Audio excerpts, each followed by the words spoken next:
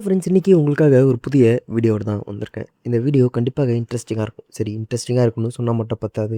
இது எத பத்தியான வீடியோ, என்ன மாதிரியான வீடியோன்றத கொஞ்சம் பார்ப்போம். என்னன்னா, நம்மள்ல எல்லாருக்கும் கண்டிப்பாக மனசுல புடிச்சவங்க ஒருத்தவங்க இருப்பாங்க.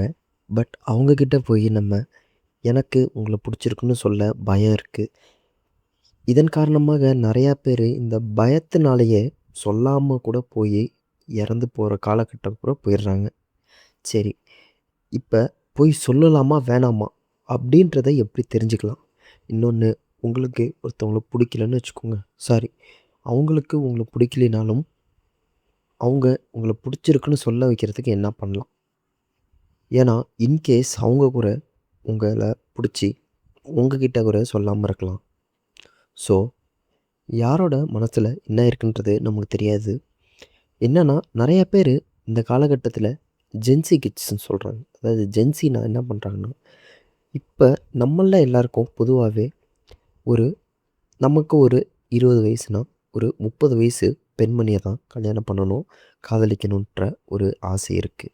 இது வந்து நமக்கு இல்ல, பொதுவா எல்லாருக்குமே வயதுக்கு மூத்த ஒரு பெண்ண தான் காதலிச்சு கல்யாணம் பண்ணணுன்ற ஆசை இருக்கு. ஆனா, அது யாராலயுமே முடியல. ஸோ, அப்படி முடியலையா? அல்லது யாரும் முயற்சி பண்ணலையா? சரி, அப்படி முயற்சி பண்ணலாமா? அத எப்படி முயற்சி பண்ணலாம்? அப்படின்ற ஒரு வீடியோ தான் இது. இந்த வீடியோ கண்டிப்பாக இன்ட்ரெஸ்டிங்கா இருக்கும் ஃப்ரெண்ட்ஸ். ஸோ லாஸ்ட் வரைக்கும் ஸ்கிப் பண்ணாம பாருங்க. நம்ம சேனல சப்ஸ்கிரைப் பண்ணாதவங்க சப்ஸ்கிரைப் பண்ணிட்டு போலாம். இப்ப நம்ம இத எப்படி எடுத்துக்கிறதுனா, நான் வந்து பொதுவா சொல்றேன். இத நீங்க உங்க லைஃப்ல இப்ப நம்ம கதையில சுமார் 2 கேரக்டர் இருக்காங்க. ஒரு பையன், பையனுக்கு 22 வயசு ஆகுது. இந்த பையனுக்கு 22னா இன்கேஸ் உங்களுக்கு வந்து நெறையா இருக்கலாம். இப்படி நெறையானா நீங்க அப்படி இமேஜின் பண்ணிக்கோங்க. ஸோ, இந்த பெண்ணுக்கு அந்த பையனோட ஒரு 10 டூ 15 வயசு அதிகமா இருக்கு. ஓகேங்களா? இந்த பையன் நெறைய பொண்ணுங்க கிட்ட போய் அப்ரோச் பண்றான். எனக்கு உங்கள பிடிச்சிருக்குன்ட்டு. பட் அந்த எந்த பொண்ணுமே இவன அக்செப்ட் பண்ணிக்காம எல்லா பொண்ணும் இவன ரிஜெக்ட் பண்ணிருது. அந்த விரக்தியில இந்த பையன் உட்காந்துருக்கான். அப்படி விரக்தியில உட்காந்துருக்கும்போது என்ன பண்றதுன்னு தெரியாம யோசிச்சுட்டு இருக்கும்போது, அவனுக்கு அவங்க வீட்டுக்கு பக்கத்துல இருக்க ஒரு பெண்மணி மேல ஒரு காதல் ஏற்படுது. அது என்ன மாதிரியான காதல்? ஆனா, அவங்களுக்கு தான் வயசு அவனோட 10, 15 வயசு அதிகமான பெண்ணா இருக்காங்க. ஆனா, அந்த பெண்ண எப்படியாவது அடைஞ்சாகணுன்ட்டு இவன் ஆசைப்படுறான். பட் அதை எப்படி அடையிறதுன்றது இவனுக்கு தெரியல. ஏன்னா, நெறைய பொண்ணுங்க கிட்ட போய் அப்ரோச் பண்ணி, அந்த பொண்ணுங்க கிட்டலாம் ரிஜெக்ட் ஆயிடுச்சு. சரி, இப்ப இவன் என்ன பண்றான்? அப்படின்ற கதை தான் இது. சரி, வாங்க வீடியோக்குள்ள போலாம். இப்ப என்னன்னா, நம்ம பையன் வந்து இப்ப காலேஜ் படிச்சுட்ருக்கான். ஏன்னா, பையனுக்கு 20 டூ 22 வயசுன்னு தான் நான் சொல்லியிருக்கேன். பையன் இப்ப தான் காலேஜ் படிச்சுட்ருக்கான். இவன் நெறைய பொண்ணுங்க கிட்ட போய் காலேஜில ப்ரப்போஸ் பண்றான். நம்ம பையனுக்கு ஆல்ரெடி எந்த விதமான லவ்வும் இல்ல, அஃபெக்ஷனும் இல்ல. இன்கேஸ் அப்படி இருந்தாலும் அது பிரேக்கப் ஆயிருக்குன்னு வச்சுப்போம். இந்த பையனுக்கு ஏதாவது ஒரு பெண் கிட்ட போய் பேசி அப்ரோச் பண்ணணும். இவனுக்கு அந்த காதலுன்றது இப்ப வேணும். இது இவனுக்கு இப்ப ரொம்ப அவசியமா இருக்கு. சரி, என்ன பண்றதுன்னு ரொம்ப நேரம் யோசிச்சுட்டு இருக்கான். பட் எந்த விதமான ஐடியாவும் இவனுக்கு வரல. ஆனா, இவனுக்கு மனசுல இருக்குது ஒண்ணே ஒண்ணு, ஏதாவது ஒரு பெண்ண லவ் பண்ணி நம்ம வந்து ஒரு பெண்ண அடையணுன்ற மட்டும் தான் ஆசை. ஏன்னா, இந்த வயசுல எல்லாருக்கும் வர ஆசை தான். இது வயசுன்னு இல்ல, வயசுக்கு மேல இருக்கிறவங்களுக்கும் இந்த ஆசை பொதுவாக வருது. சரி, ஃபர்ஸ்ட்டு என்ன பண்றான்னா, எல்லார்கிட்ட போய் சொல்றான். எல்லாம் ரிஜெக்ட் ஆயிடுச்சு. வீட்ல வந்து தேம்பி தேம்பி அழுவுறான் தனிமையில உட்காந்து. அப்படி அழுவும்போது தான் யோசிக்கிறான். ஃபர்ஸ்ட்டு பக்கத்து வீட்ல ஒருத்தவங்க இருக்காங்க. அதாவது ஒரு ஆன்டி இருக்காங்க. அந்த ஆன்டி, அவங்க கணவர் 2 பேர் தான் இருக்காங்க. அவங்க 2 பேருக்குள்ள எப்போ பார்த்தாலும் பிரச்சனை தான் நடந்துட்டுருக்கு. இவங்களுக்கு ஒரு அன்பு தேவைப்படுதுன்றத இவன் புரிஞ்சுக்கிறான். இன்னொன்னு, இவனுக்கும் ஒரு துணை தேவைப்படுது. இவன் வயசுல இருக்க பெண்கள்லாம் இவன வேணான்னு சொல்லிடுறாங்க. சரி, அப்ப கல்யாண பெண்ண, அதாவது கல்யாணம் ஆன பெண்கள் கிட்டயாவது நம்ம பேசி எப்படியாவது அவங்கள அடையணுன்ற மாரி இவன் யோசிக்கிறான். இவன் யோசிக்கிறது தப்பு தான். பட் இவன் என்ன யோசிக்கிறான்றது தான் இந்த கதைய வந்து முழுமையா அடையும். சரி, இவன் வந்து யோசிக்கிறான். ஃபர்ஸ்ட்டு பக்கத்து வீட்டுக்கு போறான். பக்கத்து வீட்ல எப்படி போறான்னு கேட்டிங்கன்னா, அவங்க வீடு வந்து சுமார் 3 வீடு தான் இருக்கு. அதில ஃபர்ஸ்ட்டு வீடு இவன், செகண்ட் வீடு அந்த ஆன்டி. இவங்க எல்லாம் வாடகைக்கு தான் இருக்காங்க. என்னன்னா, இவங்கன்னா இந்த பையன், இந்த பையனோட அம்மா, இந்த பையனோட அப்பா. ஏன்னா, நம்ம பையன் காலையில காலேஜ் போயிட்டு மதியானம் வந்துடுறான். மதியானத்துக்கு அப்புறம் எப்போ பார்த்தாலும் வீட்ல தான் இருக்கான்.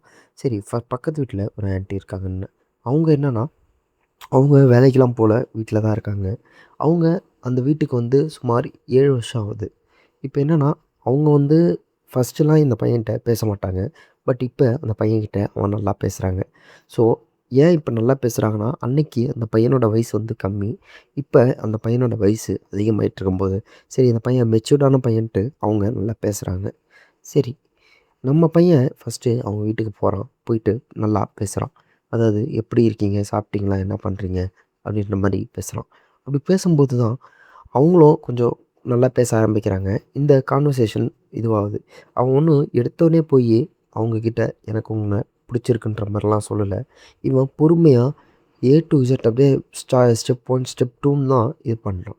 சரி, ஃபர்ஸ்ட்டு வந்து பேசுறான். அடுத்தது வீட்டுக்கு வரான். இதே மாரி வந்து 1 மாசமா வந்து பொறுமையா வந்து காய நகர்த்துறான்.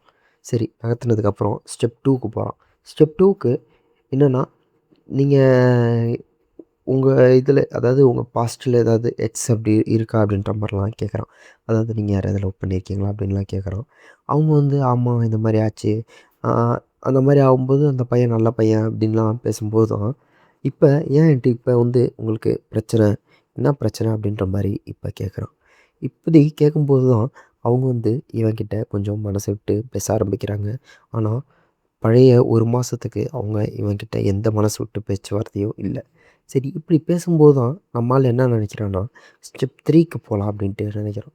ஸ்டெப் 3க்கு போம்போது, இந்த மாரி என்ன உங்களுக்கும் உங்க அங்கிளுக்கும் பிரச்சனை அப்படின்ட்டு பேசுறான். அப்படி அவங்க வந்து எல்லாத்தையும் சொல்றாங்க. இந்த மாரி எனக்கும் அவருக்கும் நெறையா கருத்து வேறுபாடுகள் இருக்கு.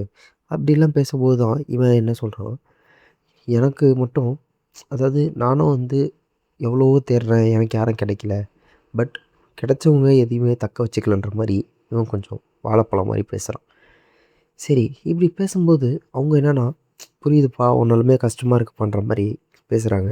அப்ப இவன் ஒரு வார்த்தை என்ன சொல்றான்னா, "எனக்கு மட்டும் உங்கள மாரி ஒரு ஒய்ஃப் கிடைச்சிருந்தா, அவங்கள நான் தாங்கியிருப்பேன்ற" மாரி ஒரு வார்த்தை சொல்றான். அப்படி சொல்லும்போது, அவங்க சொல்றாங்க, "உன்ன மாரி எனக்கும் ஒரு ஹஸ்பண்ட் இல்ல" அப்படின்ற மாரி சொல்றாங்க. இப்ப இவங்க 2 பேரும் ஒரு உச்சக்கட்ட நிலையில இருக்காங்க. ஏன்னு கேட்டீங்கன்னா, இவங்களுக்கும் இவங்க கணவர் மேல ஒரு வெறுப்பு. இந்த பையனுக்கும் ஏதாவது ஒரு பெண் மேல அடையணுன்ற ஒரு ஆசை. ஸோ, இப்படி 2 பேர் இருக்கும்போது தான் என்ன இந்த பையன் சொல்றான்னா, "எனக்கு உங்கள புடிச்சிருக்கு. நம்ம 2 பேரும் கல்யாணம் பண்ணிக்கலாமான்ற" மாரி கேட்குறான். அப்ப அவங்க டப்புன்னு ஷாக் ஆகி எதுவுமே பேசாம வாய மூடிட்டு உட்காந்துருக்காங்க.